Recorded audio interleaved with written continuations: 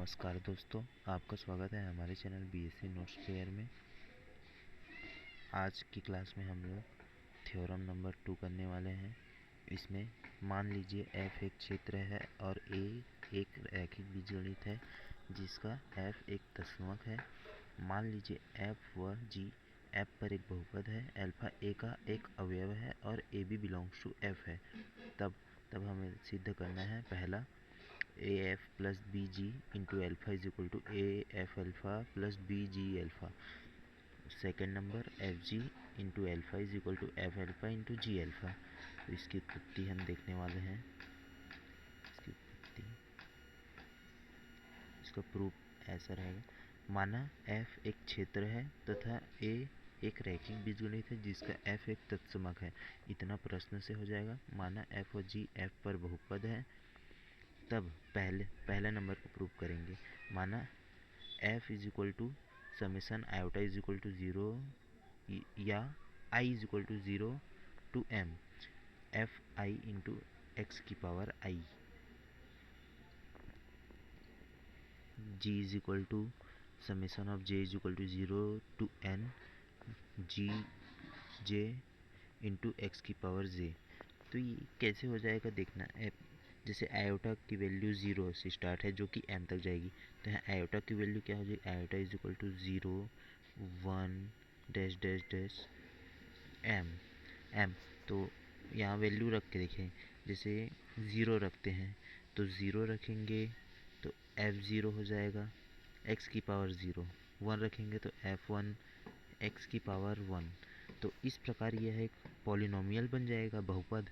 तो यह बहुपद का ही रूप है जिसे हमने समेसन रूप में लिख दिया है। तो यहाँ समझ आ गया। तो f और g का मान हो गया, जहाँ f m not equal to 0 है और g n not equal to 0 है। तो आगे बढ़ेंगे अब। चूँकि अल्फा बिलोंग्स टू ए है प्रश्न से, a b belongs to f है, तब a f plus b g, इसमें अदिश गुणन करा दिए हैं। इक्वेशन में अदिश गुणन करवा दिए हैं, इक्वेशन बना दिए हैं। इस प्रकार आगे देखते हैं। तो यहाँ से f और g की वैल्यू रख देंगे। f और g की वैल्यू रख दिए। उसके बाद a का अंदर मल्टीप्लिकेशन करा देंगे। इसमें जो a है इसका अंदर मल्टीप्लिकेशन करा देंगे और b का अंदर मल्टीप्लिकेशन करा देंगे।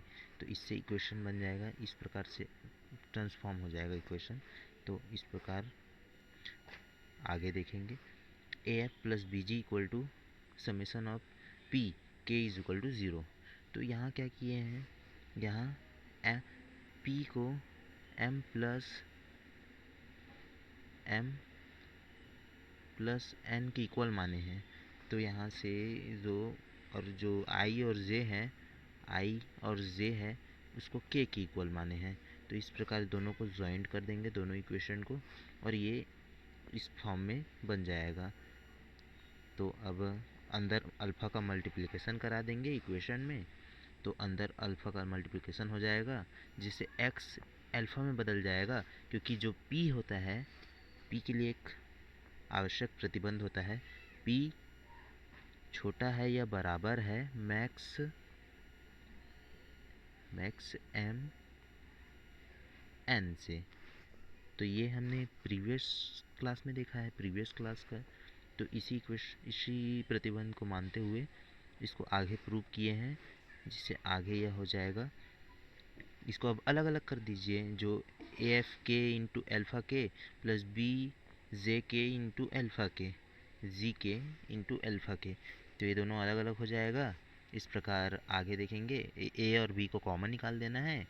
ए और बी को कॉमन निकालने के बाद जो पी की वैल्यू m और यहाँ p की वैल्यू n माने थे, तो उसको वापस से उनके रूपों में रख देंगे। उसके पश्चात जो ये वैल्यू आ जाएगा जो कि हमारे एफ एल्फ़ा और जी एल्फ़ा के इक्वल है। तो यहाँ से a f alpha plus b into g alpha, तो प्रूफ हो जाएगा। तो इस प्रकार हम देख सकते हैं पहला प्रूफ हो चुका है। और दूसरे के लिए पहले में हमने f प्लस जी कराया था, सेकंड नंबर में हम f इंटू जी कराएंगे। तो f और g की वैल्यू तो दोनों को मल्टीप्लाई कर देंगे। तो आई और जे, यहाँ पास आई, यहाँ आई और जे है, ध्यान रखिएगा आई और जे। तो इस प्रकार आगे देखेंगे, आगे क्या हो जाएगा, अब अल्फ़ा का मल्टीप्लिकेशन करा देंगे, तो अल्फ़ा का मल्टीप्लिकेशन होगा तो जो ये x है वो अल्फ़ा में बदल जाएगा, यहाँ अल्फ़ा हो गया अल्फ़ा। तो सब इक्वेशन सेम रहेगा, बाकी फिर दोनों को अलग अलग कर देंगे घातांक के, जो घातांक के नियम से हम जानते हैं, अलग अलग कर देना है दोनों को अलग अलग कर दिए, हो गया। उसके पश्चात क्या हो जाएगा, जो ये वैल्यू है ये अपने एफ अल्फ़ा की वैल्यू है और ये जी अल्फ़ा की वैल्यू है, तो दोनों वैल्यू को प्रूव कर रख देंगे तो इससे इक्वेशन प्रूफ हो जाएगा। तब इस प्रकार हम आगे एग्जाम्पल देखते हैं, कुछ महत्वपूर्ण एग्जाम्पल है जो परीक्षा के दृष्टिकोण से आने की संभावनाएं हैं। इसमें पहला, मान लीजिए सी सममित संख्याओं का क्षेत्र है, मान लीजिए ए सी पर सभी दो गुणित दो अवयवों का बीजगणित है और f is equal to x square plus two द्वारा परिभाषित एक बहुपद है। मान लीजिए बी इज इक्वल टू 1 0 -1 2 एक मैट्रिक्स है, तो एफ भी फाइंड करना है। एफ भी फाइंड करने के लिए क्या करना पड़ेगा, जो इक्वेशन दिया रहेगा ना, एफ इज इक्वल टू, यहाँ जो इक्वेशन दिया है f is equal to x square plus two, तो एफ बी फाइंड करने के लिए क्या करेंगे, f b is equal to, तो b square plus two i का मल्टीप्लाई कराना है जो कि डायगोनल मैट्रिक्स होता है, तो ये फाइंड करना पड़ेगा हमको इक्वेशन से ही, बस ये। तो उसके बाद इसमें क्या क्या वैल्यू चाहिए हमको, बी स्क्वायर का वैल्यू चाहिए और आई का वैल्यू चाहिए, तो दोनों मान निकालेंगे। बी का मान तो दिया ही है, तो क्वेश्चन में माना सी सममित संख्याओं का क्षेत्र है तथा माना 2 × 2 का अवयव है, 2 × 2 का अवयव है, f is equal to x square plus two पर द्वारा परिभाषित एक बहुपद है। जब दिया है बी इज इक्वल टू 1 0 -1 2, तब हमें एफ बी का मान ज्ञात करना है। तो माना बी स्क्वायर मैट्रिक्स से बी स्क्वायर का क्या वैल्यू क्या हो जाएगा, बी इंटू बी, तो दोनों मान से मैट्रिक्स को निकाल देंगे। तो मैट्रिक्स के परिभाषा से क्या हो जाएगा, 1 का 1 से गुणा, 0 का -1 से गुणा, यहाँ 0 का -1 से गुणा और 1 का 0 से गुणा और 0 का 2 से गुणा, प्लस -1 का 1 से गुणा और 2 का -1 से गुणा और 2 का 0 से -1 का 0 से गुणा और 2 का 2 से गुणा। तो इस प्रकार ये मैट्रिक्स का फाइंड हो जाएगा बी स्क्वायर यहाँ वही बताया गया है कि कैसे ये फाइंड होगा। उसके बाद 2 आई का वैल्यू डायगोनल 2 × 2 का मैट्रिक्स है, इसलिए 1 0 0 1, ये अपना 2 × 2 का मैट्रिक्स हो जाएगा। इसे अतः एफ बी का मान निकल गया, बी स्क्वायर का मान निकल गया और 2 आई का मान निकल गया, तो दोनों का मान को एफ बी में पुट कर देंगे। इस प्रकार इसका आंसर प्राप्त हो जाएगा 3 0 -3 6। समझ आया। इसके आगे देखते हैं सेकंड नंबर का एग्जाम्पल। इसमें हमें मान लीजिए टी आर क्यूब पर एक रैखिक संकारक है जिसे द्वारा परिभाषित किया गया है। जो ये टी की परिभाषा है, टी की परिभाषा इस प्रकार है, मान लीजिए कि एफ आर पर बहुपद है जो f is equal to -x का क्यूब प्लस 2 द्वारा परिभाषित है। एफ टी ज्ञात करना है यहाँ।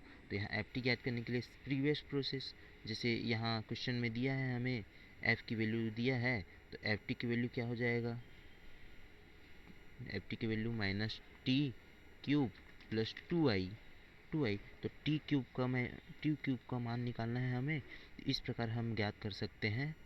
जो सॉल्यूशन है हमारे यहाँ से सॉल्यूशन स्टार्ट है, तो सॉल्यूशन हम देखते हैं। इस प्रकार हम ज्ञात कर सकते हैं t³ x1 x2 x3, T का स्क्वायर कॉमन ले लिए यहाँ से, तो t x1 x2 इंटू मतलब कॉमा x3, तो टी की परिभाषा से क्या हो जाएगा, जो x1 के वैल्यू है यहाँ टी की परिभाषा से, ये है अपना टी की परिभाषा। टी की परिभाषा से x1, x2, x3 की x1, x2, x3 की परिभाषा। तो यहाँ से x1 का वैल्यू x1 ही रहेगा, x3 का वैल्यू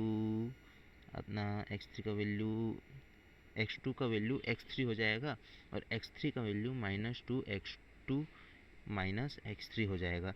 इस प्रकार टी की परिभाषा से आगे देखेंगे टी की परिभाषा से टी का कॉमा ले लेंगे, फिर टी की परिभाषा लगाएंगे जो टी की परिभाषा है वहाँ से, तो x1 का वैल्यू x1 ही रहेगा। x3 का वैल्यू जो हो जाएगा, यहाँ जो x3 है उसका वैल्यू हो जाएगा -2x2 माइनस x3, और जो -2x2 का वैल्यू x3 और माइनस x3 का वैल्यू माइनस कॉमन ले लेंगे, -2x2 माइनस x3। इस प्रकार टी की परिभाषा से हमें प्राप्त हो जाएगा।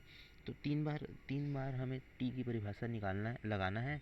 तो 3 बार लगाने के बाद हमें प्राप्त हो जाएगा, इसका यहाँ पर उत्तर प्राप्त हो जाएगा टी टी की परिभाषा से। तो इसे इक्वेशन नंबर 1 मान लेंगे। इक्वेशन नंबर 1, ये इक्वेशन 1। उसके पश्चात हमें अब f की परिभाषा जो हमारे पास दिया था, f is equal to minus t cube plus 2i, तो ये एफ टी वैल्यू हो जाएगी। इसको यहाँ पुट कर देंगे, यहाँ टी का क्यूब का वैल्यू निकाले थे उसको पुट कर देना है। इस प्रकार जो फाइनल आंसर है वो x1 comma x3 comma -2x2 minus x3 हो जाएगा। तो इससे हमें